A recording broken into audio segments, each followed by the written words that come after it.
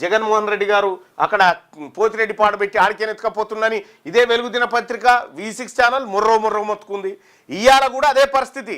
వీళ్ళు 42 ఏళ్ల కింద మొదలుపెట్టినటువంటి SLBCని పూర్తి చేయారట. కానీ కొత్తగా ప్రాజెక్టులు ఎట్లా డిజైన్ చేద్దామని ఆలోచన చేస్తూ ఉన్నారు.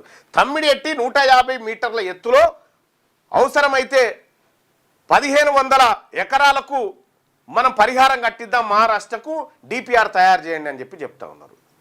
మరి కూలిన కాళేశ్వరం సంగతి దాని రిపేర్ ఏం లేదా? ఇక అటు పోయినట్టేనా? 1,00,000 కోట్లట్టేనా?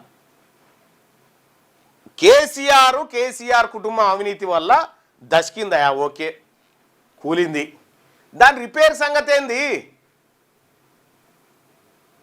రిపేర్ చేసుకోవాలన్నా వద్దా? కాళేశ్వరం కమిషన్ రిపోర్ట్ ఇచ్చింది కదా, అవినీతి పరుల పైన చర్యలు తీసుకో. కానీ అసెట్ మాత్రం తెలంగాణది కదా, అది ఆడ పైసలు పెట్టినాం కదా. మరి దాని సంగతి ఏంది?